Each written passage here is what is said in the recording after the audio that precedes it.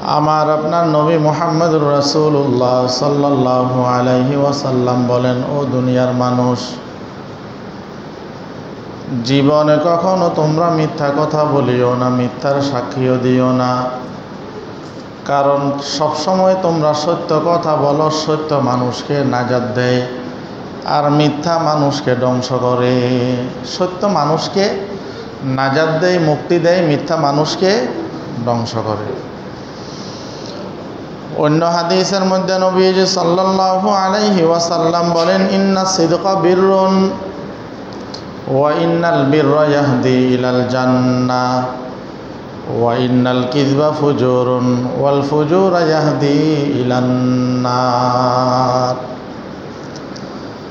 আমার আপনার নবী মুহাম্মদুর রাসূলুল্লাহ সাল্লাল্লাহু আলাইহি ওয়াসাল্লাম বলেন, নিশ্চয় সত্য বলাটা হইল এটা নেকের কাজ, আর যারা নেক কাজ করবে ওই ব্যক্তিকে তার নেকের কাজগুলো তাকে জান্নাতের দিকে নিয়ে যাবে।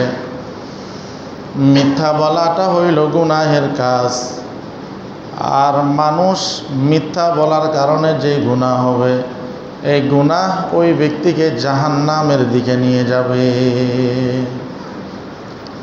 তাহলে সত্য মানুষকে জান্নাতের দিকে নিয়ে যায়, মিথ্যা মানুষকে জাহান্নামের দিকে নিয়ে যায়। এবং মুহাদ্দিসিনে কেরাম মিথ্যাকে বলেছেন গুনাহের মা। মিথ্যাকে বলেছেন কি? গুনাহের মা। অর্থাৎ একটা মিথ্যা কথাকে সত্য প্রমাণ করার জন্য আরও অনেকগুলা মিথ্যা কথা বলতে হয়। কিন্তু মিথ্যা তো মিথ্যাই, মিথ্যা কখনো সত্য হয়। এবং মিথ্যা সাক্ষী দেওয়া, এটাও নবীজি সাল্লাল্লাহু আলাইহি ওয়াসাল্লাম এই ব্যাপারেও কঠোরতা অবলম্বন করেছে। قال الحمد لله نحمده ونستعينه ونستغفره ونؤمن به ونتوكل عليه ونعوذ بالله من شرور أنفسنا ومن سيئات أعمالنا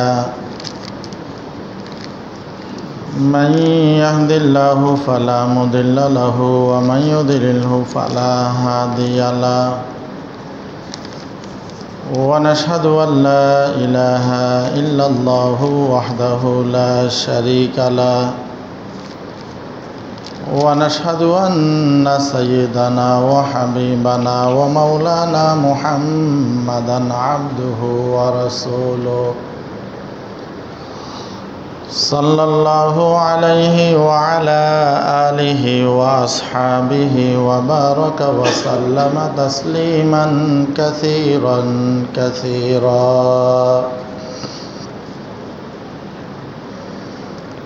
أما بعد فأعوذ بالله من الشيطان الرجيم.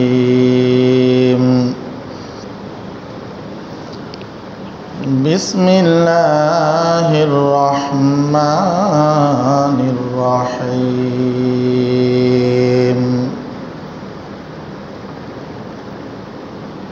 لقد كان لكم في رسول الله أسوة حسنة. وعن عائشة رضي الله تعالى عنها قال كان خلقه القرآن أو كما قال النبي عليه الصلاة والسلام. محمد الشهيد درود شريف اللهم صل على محمد وعلى آل محمد كما صليت على إبراهيم وعلى آل إبراهيم إنك حميد مجيد. اللهم بارك على محمد وعلى آل محمد كما باركت على إبراهيم وعلى آل إبراهيم إنك حميد مجيد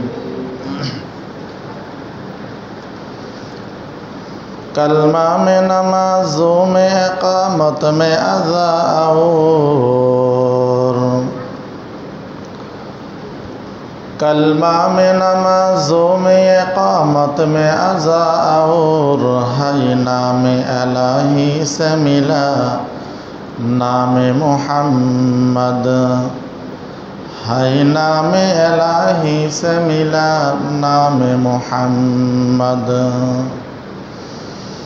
আলহামদুলিল্লাহ, মহান রব্বুল আলামিনের দরবারে অসংখ্য অগণিত শুকরিয়া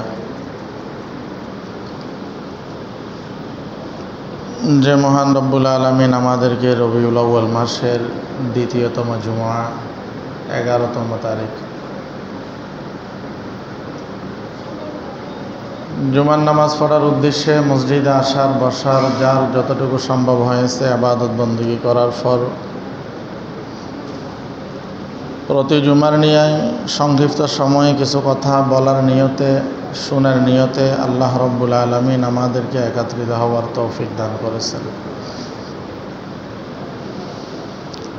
এই জন্যে মহান রব্বুল আলামিনের দরবারে আমরা শুকরিয়া আদায় করি, আলহামদুলিল্লাহ।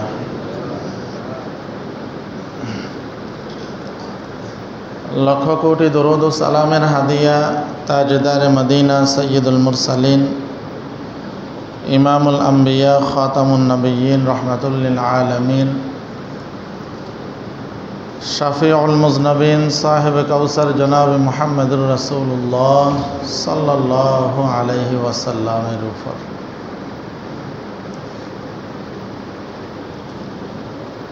আমরা গত জুমাতে নবীজি সাল্লাল্লাহু আলাইহি ওয়াসাল্লামের সিরত চরিত্র নিয়ে জীবন নিয়ে আমরা আলোচনা করেছি।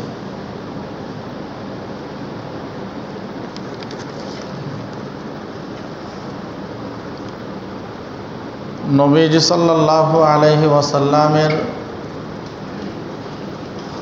জন্ম থেকে ইন্তেকাল পর্যন্ত পুরা হায়াতের যে আলোচনাগুলো আছে এগুলো আমাদের সকলের জন্য শিক্ষণীয়, আমলযোগ্য।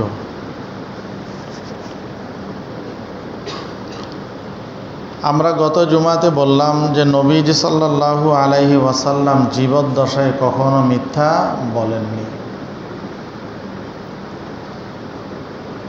এবং হাদিসের মধ্যে নবীজি সাল্লাল্লাহু আলাইহি ওয়াসাল্লাম বলেন ক্বালান নবিয়্যু সাল্লাল্লাহু আলাইহি ওয়াসাল্লাম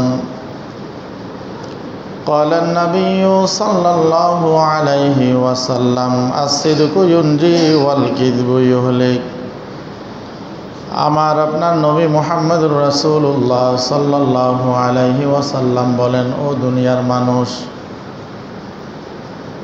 জীবনে কখনো তোমরা মিথ্যা কথা বলিও না, মিথ্যার সাক্ষীও দিও না, কারণ সবসময় তোমরা সত্য কথা বলো, সত্য মানুষকে নাজাত দেয় আর মিথ্যা মানুষকে ধ্বংস করে। সত্য মানুষকে নাজাত দেয়, মুক্তি দেয়, মিথ্যা মানুষকে ধ্বংস করে। অন্য হাদিসের মধ্যে নবীজি সাল্লাল্লাহু আলাইহি ওয়াসাল্লাম বলেন, ইন্নাস সিদকা বিররুন ওয়া ইন্নাল বিররা ইয়াহদি ইলাল জান্নাহ ওয়া ইন্নাল কিযবা ফুজুরুন ওয়াল ফুজুরা ইয়াহদি ইলান নার। আমার আপনার নবী মুহাম্মদুর রাসূলুল্লাহ সাল্লাল্লাহু আলাইহি ওয়াসাল্লাম বলেন, নিশ্চয় সত্য বলাটা হইল এটা নেকের কাজ, আর যারা নেক কাজ করবে ওই ব্যক্তিকে তার নেকের কাজগুলো তাকে জান্নাতের দিকে নিয়ে যাবে। মিথ্যা বলাটা হইল গুনাহের কাজ, আর মানুষ মিথ্যা বলার কারণে যে গুনাহ হবে এই গুনাহ ওই ব্যক্তিকে জাহান্নামের দিকে নিয়ে যাবে। তাহলে সত্য মানুষকে জান্নাতের দিকে নিয়ে যায়, মিথ্যা মানুষকে জাহান্নামের দিকে নিয়ে যায়। এবং মুহাদ্দিসিনে কেরাম মিথ্যাকে বলেছেন গুনাহের মা। মিথ্যাকে বলেছেন কি? গুনাহের মা। অর্থাৎ একটা মিথ্যা কথাকে সত্য প্রমাণ করার জন্য আরও অনেকগুলা মিথ্যা কথা বলতে হয়। কিন্তু মিথ্যা তো মিথ্যাই, মিথ্যা কখনো সত্য হয়। এবং মিথ্যা সাক্ষী দেওয়া, এটাও নবীজি সাল্লাল্লাহু আলাইহি ওয়াসাল্লাম এই ব্যাপারেও কঠোরতা অবলম্বন করেছে। قال النبي صلى الله عليه وسلم ألا أنبئكم بأكبر الكبائر الإشراك بالله وعقوق الوالدين وقتل النفس وشهادة في الزور। আমার আপনার নবী মুহাম্মদুর রাসূলুল্লাহ সাল্লাল্লাহু আলাইহি ওয়াসাল্লাম সাহাবায়ে কেরামদেরকে বলেছেন, খবরদার খবরদার, সাবধান সাবধান হে আমার সাহাবায়ে কেরাম, বড় গুনাহ সমূহের মধ্যে সবচাইতে মারাত্মক গুনাহ হইল আল্লাহ তাআলার সাথে কাউকে শরীক করা। দ্বিতীয় নম্বর হইল মা বাবার নাফরমানি করা। তৃতীয় নম্বর হলো অন্যায়ভাবে হত্যা করা। আর চতুর্থ নম্বর হইল মিথ্যা সাক্ষ্য দেওয়া। এবং হাদিসের ব্যাখ্যার মধ্যে আসছে, নবীজি সাল্লাল্লাহু আলাইহি ওয়াসাল্লাম কোনো কিছুর সাথে ট্যাগ লাগা অবস্থায় ছিলেন। যখন নবীজি সাল্লাল্লাহু আলাইহি ওয়াসাল্লাম বলতেছেন মিথ্যা সাক্ষ্য দেওয়া এটাও বড় গুনাহ, মুহাদ্দিসিনে কেরাম বলেন নবীজি সাল্লাল্লাহু আলাইহি ওয়াসাল্লাম যে ট্যাগ লাগানো ছিল ওইখান থেকে সোজা হয়ে বসে গেলেন। মানে মিথ্যা সাক্ষ্য দেওয়া এটা মারাত্মক গুনাহ। কারণ একটা মিথ্যা সাক্ষীর কারণে একজন নিরপরাধ মানুষও তার জীবন কি হয়ে যাইতে পারে? ছারখার হয়ে যাইতে পারে। মিথ্যা সাক্ষীর কারণে একজন মানুষের জীবনও চলে যাইতে পারে। এই জন্য নবীজি সাল্লাল্লাহু আলাইহি ওয়াসাল্লাম যারা মিথ্যা সাক্ষী দেয় এদেরকে কঠোর হুঁশিয়ারি দিয়েছে। তা আমার আপনার নবী মুহাম্মদুর রাসূলুল্লাহ সাল্লাল্লাহু আলাইহি ওয়াসাল্লাম জীবনে কখনো কি করেননি? মিথ্যা বলেননি। আমার আপনার নবী মুহাম্মদুর রাসূলুল্লাহ সাল্লাল্লাহু আলাইহি ওয়াসাল্লাম জীবনে কাউকে গালি দেননি। এমনকি দুশমনকেও কখনো অভিশাপ দেয়নি। হাদিসের মধ্যে নবীজি সাল্লাল্লাহু আলাইহি ওয়াসাল্লাম বলেন, সিবাবুল মুসলিমি ফুসুকুন ওয়া কিতালুহু কুফরুন। মানুষকে গালি দেওয়া এটা হইল ফাসিকি কবিরা গুনাহ, আর মানুষ হত্যা করা এটা হইল মারাত্মক গুনাহ। অন্য হাদিসের মধ্যে নবীজি সাল্লাল্লাহু আলাইহি ওয়াসাল্লাম বলেন, আল মুসলিমু মান সালিমাল মুসলিমুনা মিন লিসানিহি ওয়া ইয়াদিহি। আমার আপনার নবী মুহাম্মদুর রাসূলুল্লাহ সাল্লাল্লাহু আলাইহি ওয়াসাল্লাম বলেন, খাঁটি মুসলমান হইল ওই ব্যক্তি যেই ব্যক্তির জবান এবং হাত থেকে অপর মুসলমান নিরাপদ থাকে।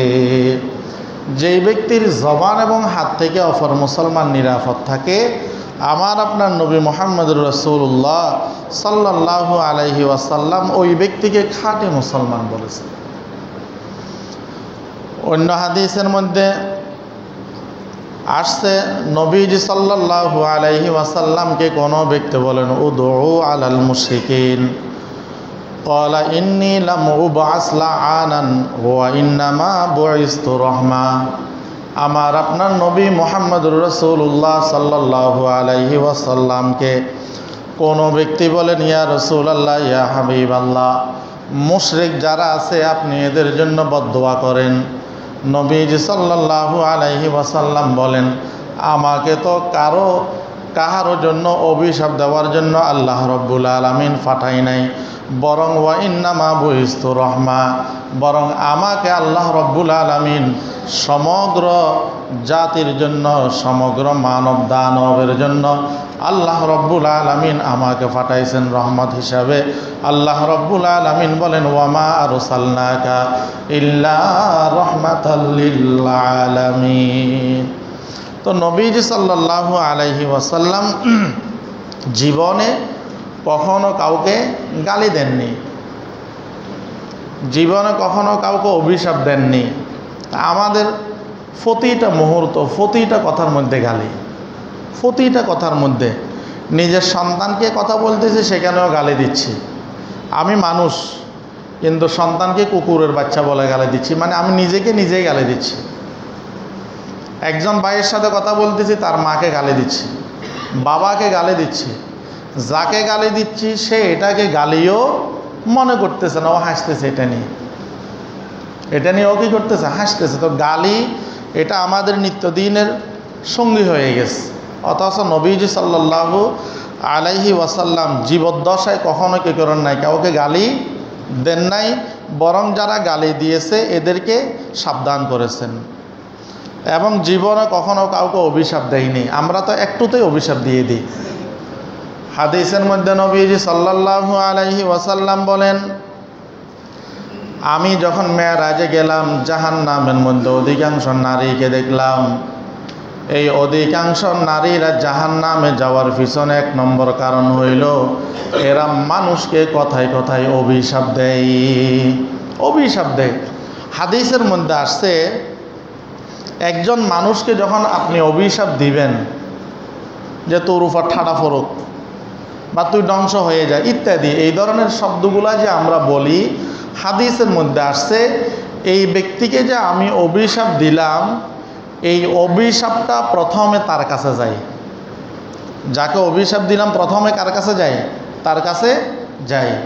যাওয়ার পরে ওই ব্যক্তি যদি অভিযোগে অভিযুক্ত না হয়, অভিশাপ যে দিলাম এটার হকদার যদি উনি না হয়, তখন এটা আসমান জমিনের সব জায়গায় ঘোরাঘুরি করে, কোথাও স্থান না পেয়ে যে অভিশাপ দিয়েছে তার উপরে এসে পতিত হয়, তার উপরে এসে কি হয়?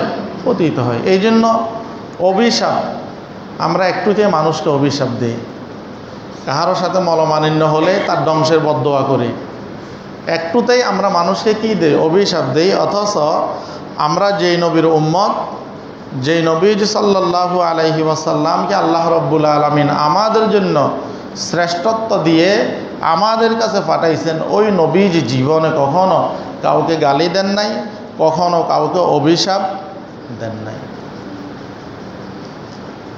আমার আপনার নবী মুহাম্মদুর রাসূলুল্লাহ সাল্লাল্লাহু আলাইহি ওয়াসাল্লাম ছিলেন আহসানান নাস। পৃথিবীর মধ্যে যত সৌন্দর্য আছে, এই সৌন্দর্যগুলাকে যদি এক পাল্লায় করা হয়, আমার আপনার নবী মুহাম্মদুর রাসূলুল্লাহ সাল্লাল্লাহু আলাইহি ওয়াসাল্লামের সৌন্দর্যের 100 ভাগের 1 ভাগকে যদি এক পাল্লায় রাখা হয়, তবুও আমার আপনার নবী মুহাম্মদুর রাসূলুল্লাহ সাল্লাল্লাহু আলাইহি ওয়াসাল্লামের সৌন্দর্য বেশি হবে।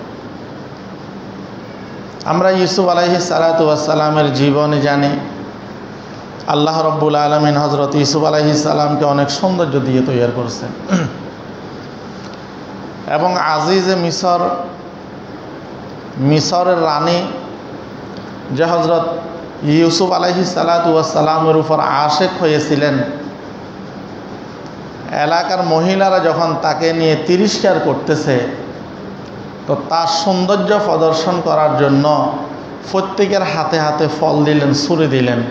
তো ইউসুফ আলাইহিস সালাতু ওয়াস সালাম এতই সুন্দর ছিল, তার সৌন্দর্যের দিকে তাকিয়ে ফল কাটার পরে হাত কেটে ফেললেন, কিন্তু এদের কোনো অনুমানও হয় না যে আমার যে হাত কেটে যাইতেছে। তো ইউসুফ আলাইহিস সালাতু ওয়াস সালামের সৌন্দর্য আমার আপনার নবী মুহাম্মদুর রাসূলুল্লাহ সাল্লাল্লাহু আলাইহি ওয়াসাল্লামের সৌন্দর্যের মধ্যে আকাশ পাতাল ব্যবধান আছে, আকাশ পাতাল ব্যবধান আছে। আম্মা জান আয়েশা সিদ্দিকা রাদিয়াল্লাহু তাআলা আনহা বলেন, আমি একদিন আমার ঘরের মধ্যে বসা প্রিয় নবী জনাবে মুহাম্মদুর রাসূলুল্লাহ সাল্লাল্লাহু আলাইহি ওয়াসাল্লাম মাথা মোবারক আমার রানের উপর রেখে শুয়ে রইলেন। আমি একবার প্রিয় নবী জনাবে মুহাম্মদুর রাসূলুল্লাহ সাল্লাল্লাহু আলাইহি ওয়াসাল্লামের চেহারার দিকে তাকাই, আরেকবার আসমানের চাঁদের দিকে তাকাই। আল্লাহর কসম করে বলতেছি, আসমানের চাঁদের চাইতে আমার কোলের মধ্যে যে চাঁদ আছে ওই চাঁদের সৌন্দর্য অনেক বেশি। সুবহানাল্লাহ। তো নবীজি সাল্লাল্লাহু আলাইহি ওয়াসাল্লাম পৃথিবীর মধ্যে সবচাইতে বেশি সুন্দর ছিলেন।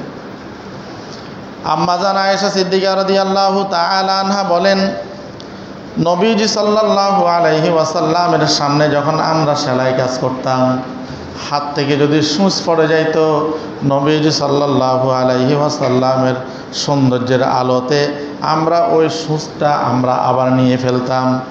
এইভাবে বিভিন্ন হাদিসের মধ্যে নবীজি সাল্লাল্লাহু আলাইহি ওয়াসাল্লামের সৌন্দর্যের অনেক বর্ণনা আছে।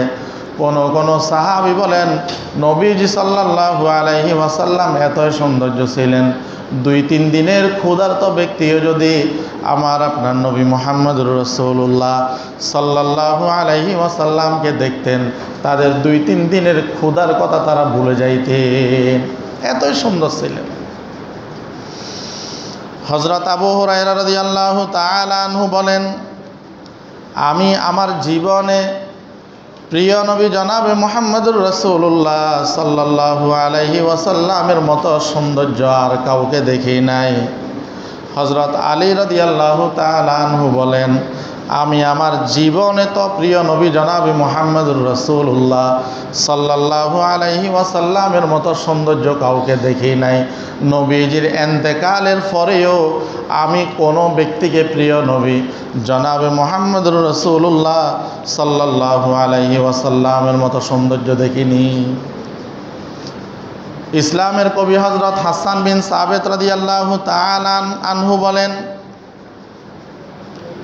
নবীজি সাল্লাল্লাহু আলাইহি ওয়াসাল্লামের সৌন্দর্য সম্পর্কে বলেন, আমি আমার জীবনে মুহাম্মদুর রাসূলুল্লাহ সাল্লাল্লাহু আলাইহি ওয়াসাল্লামের মতো সুন্দর আর কাউকে দেখিনি। পৃথিবীর মধ্যে কোনো মা প্রিয় নবী জনাব মুহাম্মদুর রাসূলুল্লাহ সাল্লাল্লাহু আলাইহি ওয়াসাল্লামের মতো সুন্দর কোনো মা আর কোনো সন্তান প্রসব করেনি। তো এই জন্য আমাদের নবী সাল্লাল্লাহু আলাইহি ওয়াসাল্লাম সম্পর্কে বলা হয়েছে আহসানান নাস। পৃথিবীর মধ্যে সবচাইতে যিনি সুন্দর ছিলেন তিনি হলেন মুহাম্মদুর রাসূলুল্লাহ সাল্লাল্লাহু আলাইহি ওয়াসাল্লাম। নবীজি সাল্লাল্লাহু আলাইহি ওয়াসাল্লাম যখন মুস্কি হাসি দিতেন পুরা জায়গাটা আলোকিত হয়ে যেত। কিতাবের মধ্যে আসছে, হযরত হাসান হুসাইন রাদিয়াল্লাহু তাআলা আনহুমা একদিন নবীজির কাছে ছিল। তো এরা যখন এদের ঘরে যাওয়ার জন্য চাইতেছেন, মধ্যখানের জায়গাটা অন্ধকার, তো নবীজি সাল্লাল্লাহু আলাইহি ওয়াসাল্লাম মুস্কি হাসি দিলেন, ওই মুস্কি হাসিতে মধ্যখানের জায়গাটা আলোকিত হয়ে গেছে। এইভাবে অনেক ঘটনা আছে, অনেক ঘটনা আছে। এই জন্য ওলামায়ে কেরাম বলেন যে একজন মানুষকে ভালোবাসার জন্য কতিপয় গুণ দরকার। তন্মধ্য থেকে 1 নম্বর গুণ হইল একজন মানুষ আরেকজন মানুষকে মহাব্বত করে, ভালোবাসে, অনুসরণ করে বংশের কারণে। কিসের কারণে? বংশের কারণে। তো বংশের কারণে যদি কোনো ব্যক্তিকে যদি ভালোবাসতে হয়, তো পৃথিবীর মধ্যে সর্বশ্রেষ্ঠ বংশ হইল মুহাম্মদুর রাসূলুল্লাহ সাল্লাল্লাহু আলাইহি ওয়াসাল্লামের বংশ।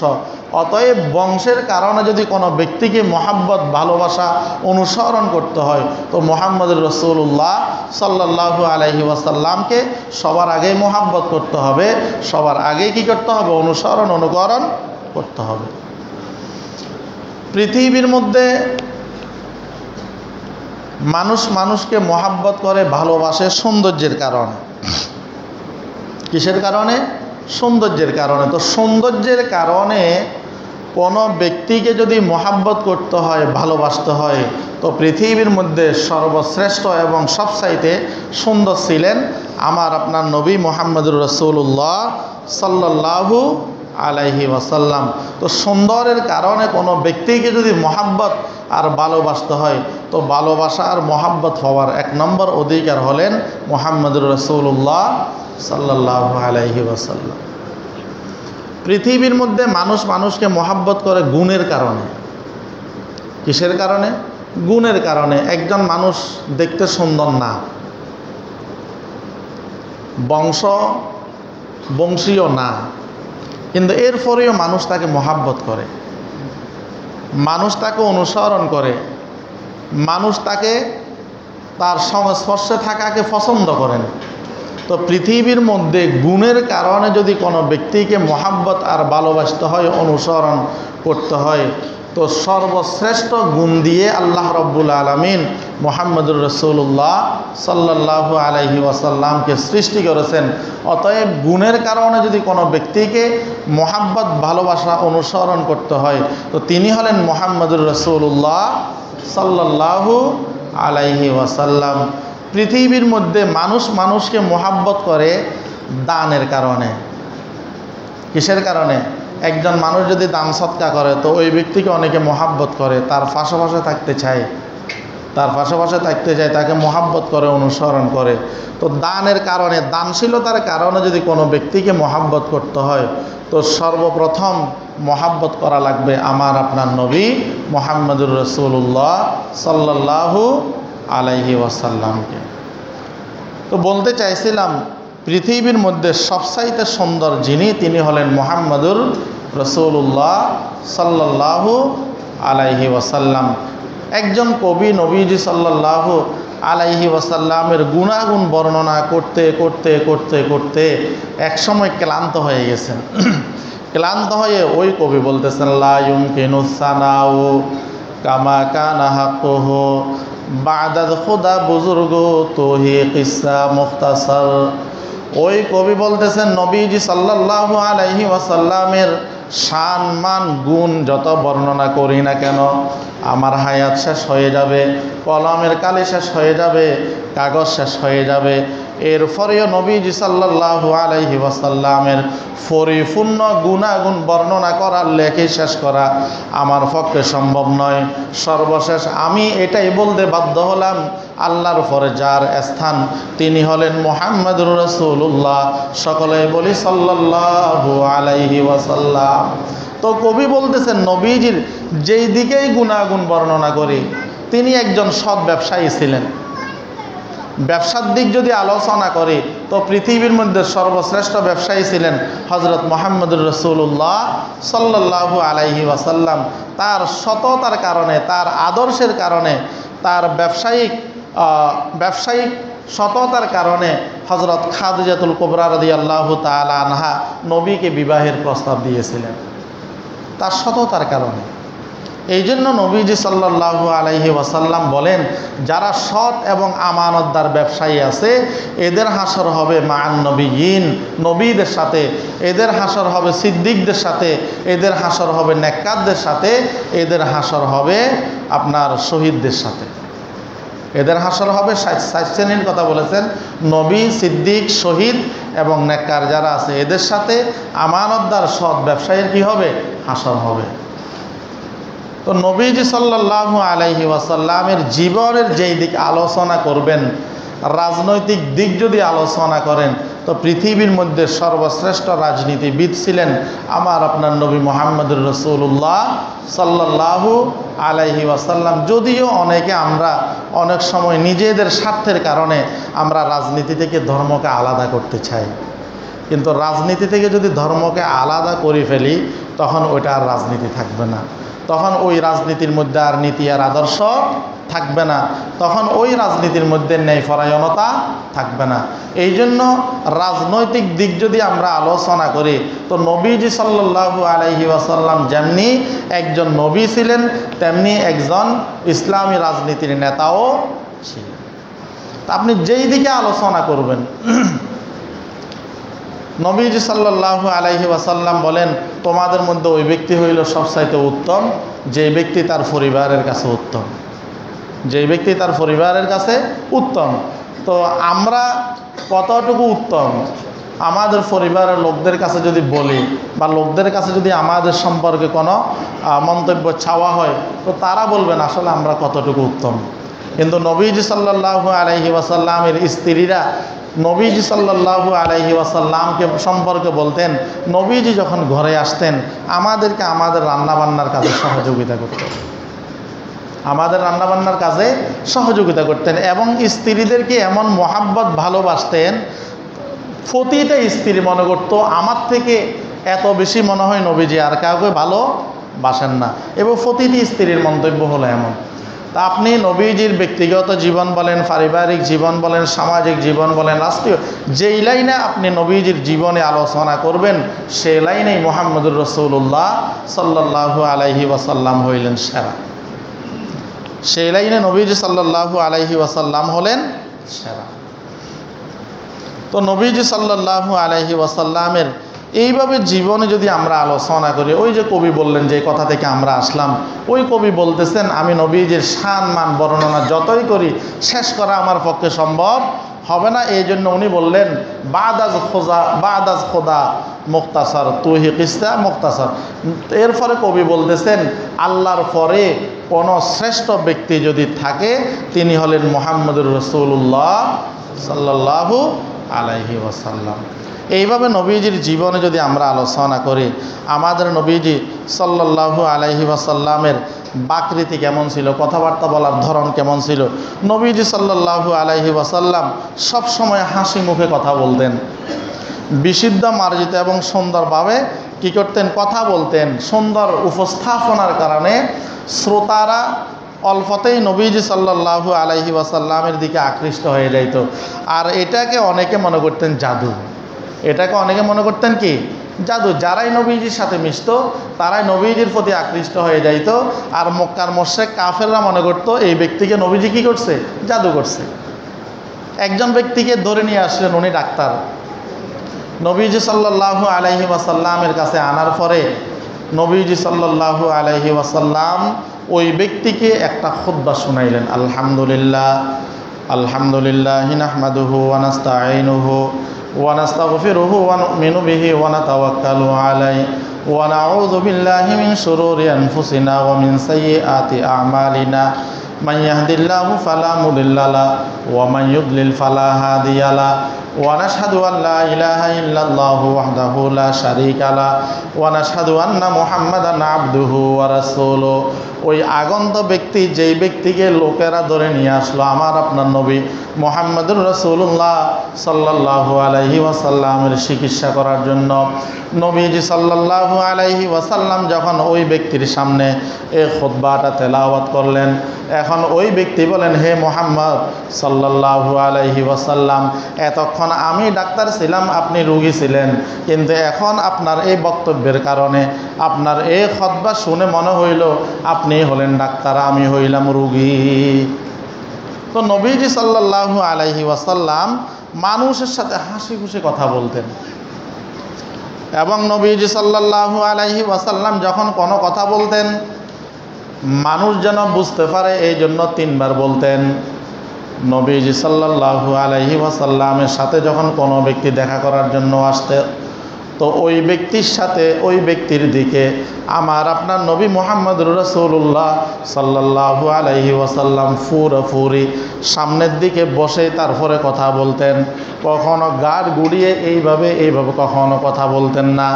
আমার আপনার নবী মুহাম্মদুর রাসূলুল্লাহ সাল্লাল্লাহু আলাইহি ওয়াসাল্লামের সাথে যখন কোনো ব্যক্তি মুসাফাহা করতেন, আগন্ত ব্যক্তি যতক্ষণ পর্যন্ত নিজের হাত নবীজির হাত থেকে সরাইতেন না ততক্ষণ পর্যন্ত নবীজি সাল্লাল্লাহু আলাইহি ওয়াসাল্লাম ওই ব্যক্তির থেকে মুসাফার হাত সরাইতেন না। কারণ নবীকে মহাব্বত করে, তো এমন ব্যক্তি নবীজির হাতের ছোঁয়া পাইছে, তো ওই ব্যক্তি তো সহজে হাত ছাড়তে চাই না। তো নবীজি যদি হাত নিয়ে নেয় তো ওই ব্যক্তির হয়তো মনে কষ্ট আসতে পারে। এই জন্য নবীজি সাল্লাল্লাহু আলাইহি ওয়াসাল্লামের সাথে কেউ মুসাফাহা করলে নবীজির থেকে যতক্ষণ পর্যন্ত ওই ব্যক্তি হাত সরাইতেন না ততক্ষণ পর্যন্ত নবীজি সাল্লাল্লাহু আলাইহি ওয়াসাল্লাম কি করতেন না, হাত সরাইতেন না। তা আমার আপনার নবীজি সাল্লাল্লাহু আলাইহি ওয়াসাল্লামের এইভাবে জীবনে যদি আমরা আলোচনা করি, অনেক বিষয় আছে। নবীজি সাল্লাল্লাহু আলাইহি ওয়াসাল্লাম হাঁটার সময় সামনের দিকে একটু ঝুঁকে হাঁটতেন। আমরা উঁচা জায়গা থেকে নামার সময় যেমনিভাবে একটু ঝুঁকে হাঁটি, নবীজি সাল্লাল্লাহু আলাইহি ওয়াসাল্লাম এইভাবে হাঁটতেন। নবীজি সাল্লাল্লাহু আলাইহি ওয়াসাল্লাম যখন হাসতেন মৃদু হাসতেন, কখনো অষ্ট হাসি দিতেন না। এবং নবীজি সাল্লাল্লাহু আলাইহি ওয়াসাল্লামের চেহারা কখনো গোমরা মুখ থাকতো না। আমরা যেমন অনেক সময় মানে চেহারার এমন ধরন করে ফেলি যে একজন মানুষ আমার দিকে তাকাইলে ওই ব্যক্তির মধ্যে বিরক্ত চলে আসে। নবীজি কখনো চেহারাকে এভাবে মলিন রাখতেন না। হ্যাঁ, নবীজি সাল্লাল্লাহু আলাইহি ওয়াসাল্লাম যখন সাহাবায়ে কেরামদের কোনো বিষয় অপছন্দ করতেন তো সেটা নবীজির চেহারার মধ্যে সেই চাপটা চলে আসতো। চেহারার অবস্থা দেখে সাহাবায়ে কেরাম বুঝতেন যে আমার এই কাজের কারণে আমার নবী আমার উপর রাগ করছেন, অসন্তুষ্ট হয়েছেন, অতএব এই কাজটা এইভাবে করা যাবে না। এইভাবে নবীজি সাল্লাল্লাহু আলাইহি ওয়াসাল্লাম মানুষের সাথে মাঝে মধ্যে রসিকতাও করতেন। আমাদের রসিকতার মধ্যে তো মিথ্যা আছে। মানুষকে আনন্দ দেওয়ার জন্য অনেক সময় ছোট ছোট মিথ্যা কাহিনীগুলো আমরা শুনাই, কিন্তু নবীজি সাল্লাল্লাহু আলাইহি ওয়াসাল্লামের রসিকতার মধ্যে কখনো মিথ্যার গ্রাণও ছিল না। আম্মা জান আয়েশা সিদ্দিকা রাদিয়াল্লাহু তাআলা আনহার একজন বৃদ্ধা খালা নবীজি সাল্লাল্লাহু আলাইহি ওয়াসাল্লামের কাছে এসে বলেন, ইয়া রাসূলুল্লাহ, আপনি আমার জন্য দোয়া করেন আমি যেন জান্নাতে যাইতে পারি। তো নবীজি সাল্লাল্লাহু আলাইহি ওয়াসাল্লাম ওই মহিলাকে বললেন, কোনো বৃদ্ধা জান্নাতে প্রবেশ করবে না, কোনো বৃদ্ধা জান্নাতে প্রবেশ করবে না। এটা নবীজি রসিকতার সহিত বললেন। এখন ওই বৃদ্ধা মহিলা কান্না করতেছে। নবীজি সাল্লাল্লাহু আলাইহি ওয়াসাল্লাম বলেন, আসলে আল্লাহ রাব্বুল আলামিন যে সমস্ত পুরুষ এবং নারীদেরকে জান্নাতে দিবেন এরা ওইখানের মধ্যে কেউ বৃদ্ধ আর বৃদ্ধা থাকবে না, এদের সকলের বয়স হবে 30 থেকে 33 বছর। এদের বয়স হবে 30 থেকে 33 বছর। তো রসিকতা করলেও সেটার মধ্যে মিথ্যার গ্রাণ ছিল না, মিথ্যার গ্রাণ ছিল না। এবং নবীজি সাল্লাল্লাহু আলাইহি ওয়াসাল্লাম যেমন হযরত আবু হুরায়রা রাদিয়াল্লাহু তাআলা আনহাকে আবু হুরায়রা উপাধি দিয়েছেন। আবু বকর সিদ্দিক রাদিয়াল্লাহু তাআলা আনহুকে আবু বকর বললেন, যদিও নাম আরেকটা। তো এইভাবে নবীজি সাল্লাল্লাহু আলাইহি ওয়াসাল্লাম রসিকতা করলেও এটার মধ্যে মিথ্যার কোনো গ্রাণ ছিল না। নবীজি সাল্লাল্লাহু আলাইহি ওয়াসাল্লাম কেউ অসুস্থ হইলে তাকে দেখার জন্য চলে যাইতেন। সেটা বন্ধু হোক দুশ্মন হোক, অসুস্থ হইলে দেখার জন্য চলে যাইতেন। ঘটনা আছে, আমরা ছোট থেকে পড়তেছি, একজন বুড়ি নবীজি সাল্লাল্লাহু আলাইহি ওয়াসাল্লামের হাঁটার জায়গার মধ্যে কাটা দিত। তো একদিন যখন কাটা দেখেন নাই, খবর নেওয়ার জন্য বাড়িতে চলে গেলেন, গিয়ে দেখতেছেন অসুস্থ। নবীজি সাল্লাল্লাহু আলাইহি ওয়াসাল্লামের একজন খাদেম ছিল ইহুদি ছেলে। তো অসুস্থ হয়ে যাওয়ার পর তার কাছে গেলেন। যাওয়ার পর ওই বাচ্চাকে বললেন যে তুমি চলে আসো, মুসলমান হয়ে যাও। তো এটা বলার পর ওই বাচ্চা তার বাবার দিকে তাকাইলেন। ওই বাচ্চা তার বাবার দিকে তাকাইলেন। বাবার দিকে তাকানোর পরে বাবা বলেন, মুহাম্মদ যেটা বলো তুমি সেটার অনুসরণ করো, অর্থাৎ তুমি কি হয়ে যাও, মুসলমান হয়ে যাও। তো এইভাবে নবীজি সাল্লাল্লাহু আলাইহি সাল্লাম কেউ অসুস্থ হইলে তাকে দেখার জন্য যাইতেন, কেউ মারা গেলে জানাজায় শরীক হইতেন। কোনো গোলামেও যদি নবীজি সাল্লাল্লাহু আলাইহি ওয়াসাল্লামকে দাওয়াত দিতেন তো ওই দাওয়াত কী করতেন, গ্রহণ করতেন। এইভাবে নবীজি সাল্লাল্লাহু আলাইহি ওয়াসাল্লামের জীবনের প্রতিটা বিষয় আমাদের জন্য আমলযোগ্য। আল্লাহ তাআলা আমাদের সবাইকে যতটুকু আলোচনা হয়েছে বুঝার আমল করার তৌফিক দান করুক, আমিন। আমরা যারা কবলা জুমা পড়ি না, সারিয়াত কবলা জুমা পড়ি।